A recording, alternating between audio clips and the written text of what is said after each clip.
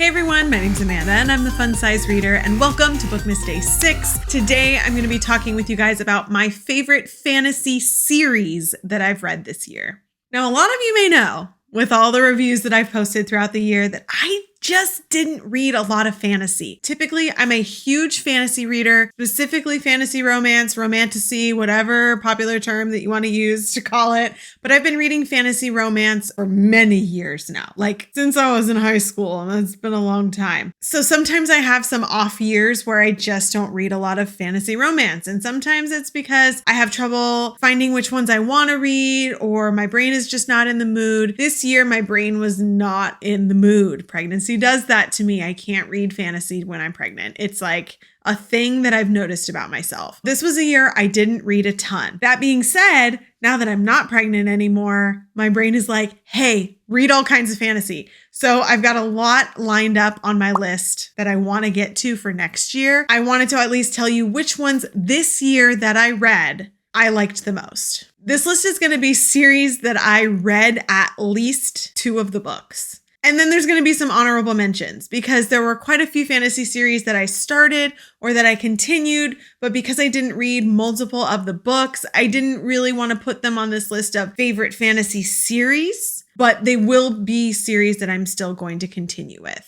Of course, the first one that is a fantasy series favorite of mine is Fourth Wing. Of course, Fourth Wing is going to be a fantasy series favorite. We got 2 books this year, so I did get to read both of them. I do have reviews for both of the books. I am honest in my reviews of what I think, but I do think still that this series is going to be one of my favorites. I really hope it stays one of my favorite series. One of the reasons why I think that this series is a great, fantastic fantasy series is because I think anybody can read it. Anybody can love it. Even if you've never read fantasy before in your life, you can read it and love it. I actually started listening to it with my husband because I really want him to read it. And he's not really a fantasy reader. He's like a nonfiction reader, but he really likes it so far. So I stand by the fact that I think this is an amazing series because anybody can love it. Anybody can read it. There's pieces and elements of the story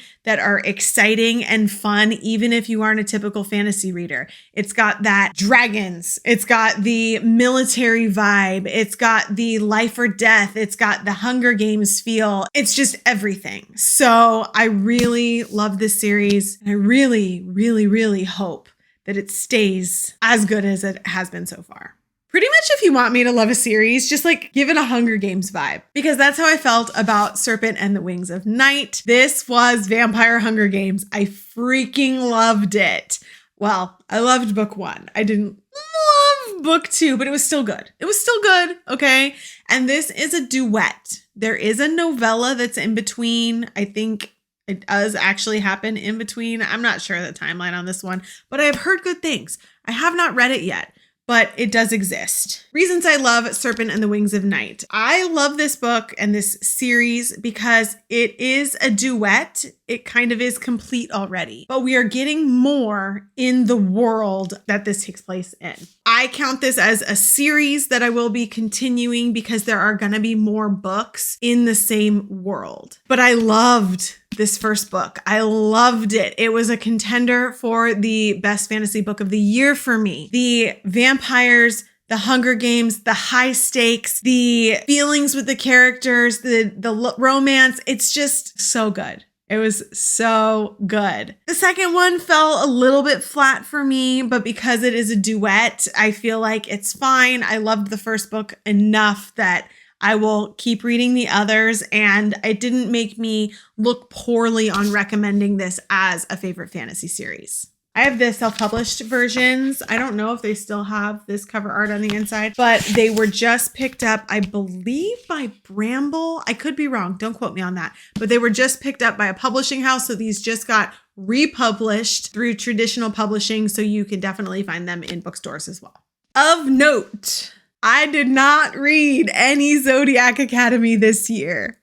After the past few years, I know that that's really weird. That's really weird for me. I read so much Zodiac over the past couple years. I've been recommending that fantasy series for a long time now, but I read none of it this year. And so when I was going back and looking through my Goodreads and putting these videos together, I was like, oh, there's no Zodiac. There's no Zodiac on here. That was weird that I didn't have that as part of my favorite fantasy series. Obviously, it was a favorite last year. I had to take a whole year off after the death and destruction that was the last book 7 that I read. I'm not prepared to read book 8 yet. You know.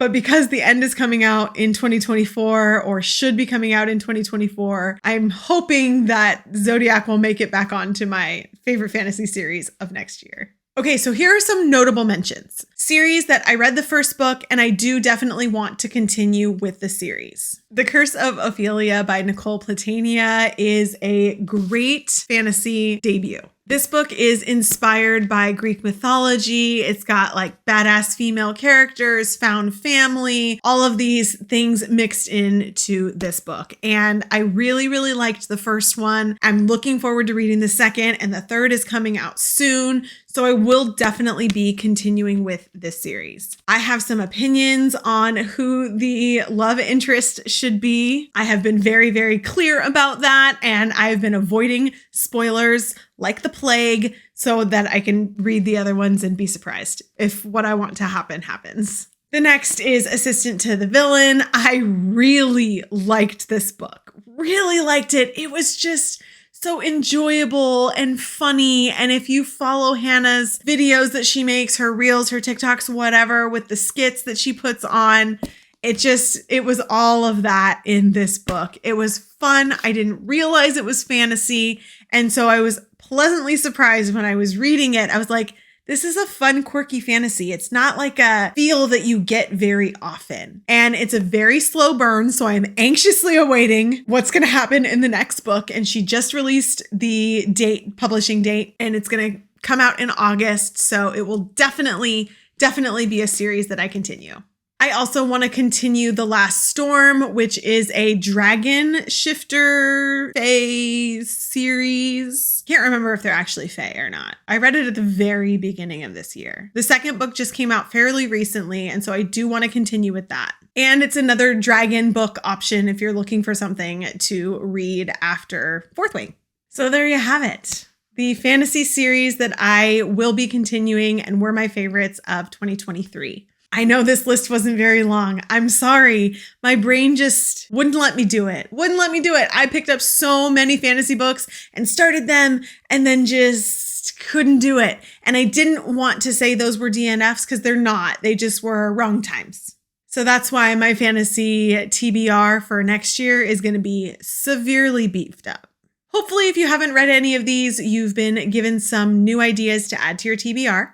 If you like reading fantasy and romance books, I post reviews on my channel weekly, so make sure you hit like and subscribe if you want to be notified when I post videos. Thanks so much for chatting with me today for Bookmas Day 6, and I'll see you guys next time.